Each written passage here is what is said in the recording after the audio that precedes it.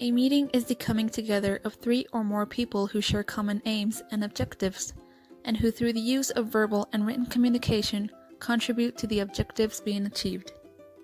Meetings are an important organizational tool as they can be used to pull and develop ideas, plan, solve problems, make decisions, create and develop understanding, encourage enthusiasm and initiative, provide a sense of direction, and create a common purpose. While meetings may differ in size, content, and approach, effective meetings all have the following three elements in common: a distinctive purpose or aim, use of effective communication, and a controlled situation. There are many different types of meetings. One of them is the informing meetings.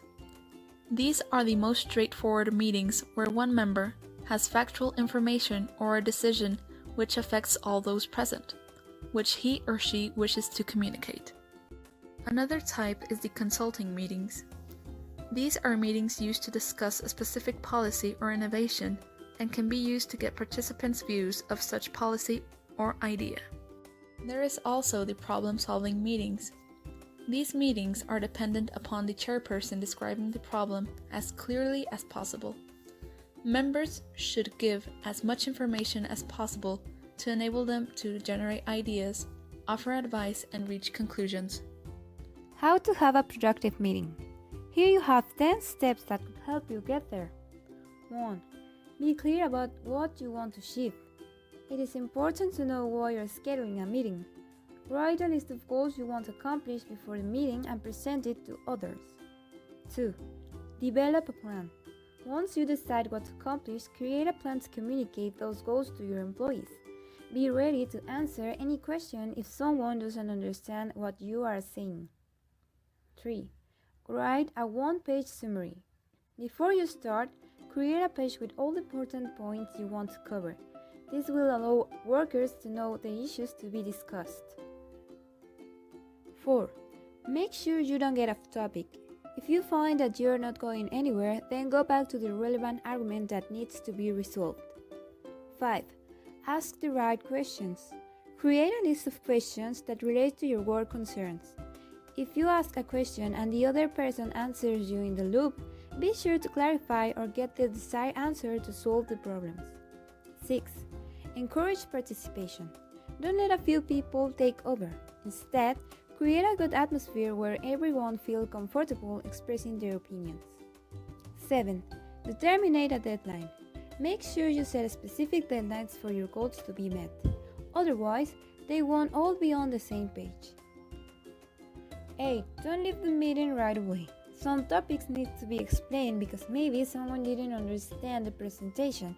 Be patient and make sure everyone knows the goals of the business. 9. Learn from your mistakes. Make your meetings more productive by focusing on what you did wrong last time. Ask for feedback from the people who attended the meeting.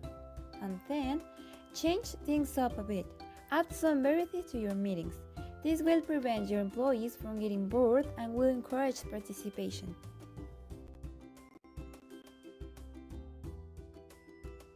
What is the meeting?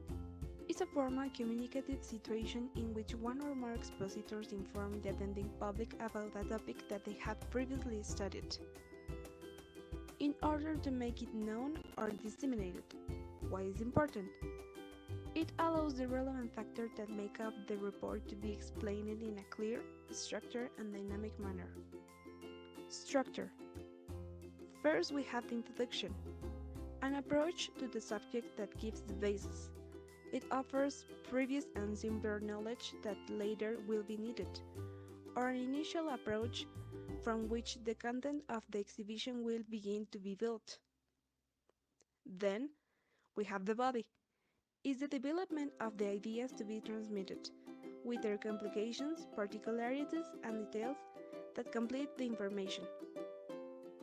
And finally, we have the conclusion.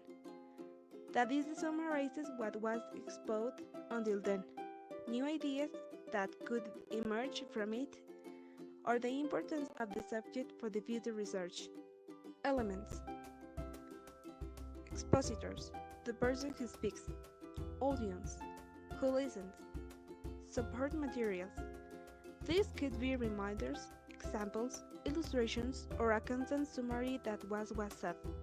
To facilitate learning for retention, steps, goal setting. Formulate specific objectives for the development of the presentation. This work as organizing principles for the introduction, main body, and conclusion for the message. Choose materials. You must be clear about what information you will include or exclude in your presentation and consider the time it will take to develop the main idea. Organize materials. It is important to pay attention to the proper use of the transition from one idea to another. It can be organized as introductory section with key points to be included in the presentation and a section that emphasizes the point to be discussed. Well, we have 5 techniques for the oral presentation. The first one is roundtables. They are small groups of people with each person given a specific speaking role to perform. These kind of presentations have a limit of time. Also, it has a specific roles. They are facilitator, word of the day speaker, improve to speaker, introduction speaker, and an informative speaker. Second one is discussion panel. This is a specific format used in a meeting, conference, or convention. The panel has a time between 60 at 5 at 90 minutes.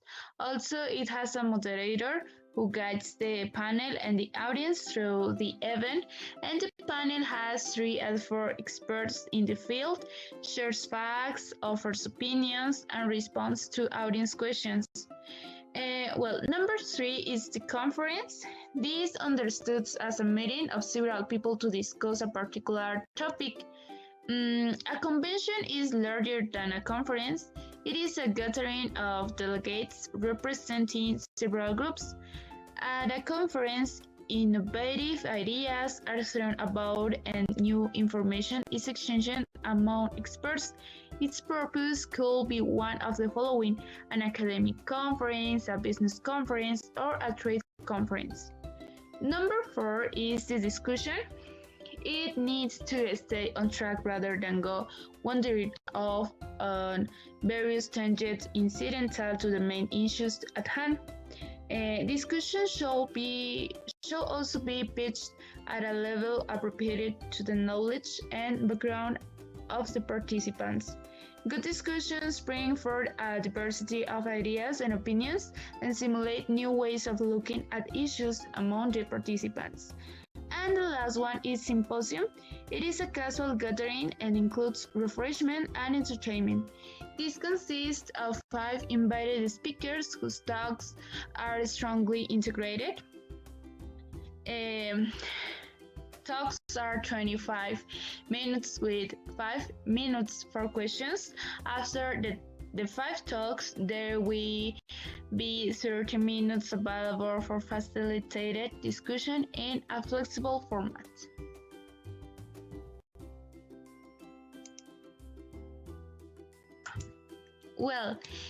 We have 5 written presentations. A written presentation refers to the one that is established through words or any other written code. Its objective is to communicate any topic. So in this kind of communication, the sender writes while the receiver reads. And there is always a channel. This channel can be a paper or an electronic device such as a computer or a telephone. Characteristics. It is not simultaneous. So that means that the message is not received as it occurs, as it happens in a conversation in which while the sender speaks, the receiver listens. It remains in time. It means that you can read it anytime, anywhere. There's other characteristic that is related to the grammar rules, so that the content makes sense and is effective. The messages are always planned, so that it has cohesion and coherence. Another characteristic is that it has a structure. and it can be written in a formal or informal way depending on who's gonna read it. There are different types of written presentations, such as brochures, letters that are more personal, also emails, magazines, newspaper, articles on internet, and books. And well, what about the structure? In the structure, we can find 3 phases. The first one is the introduction. It is the first section of the text and contains in a general way the points that are developed. The second one is the development. This section has to answer the questions what, where, when, who, and why.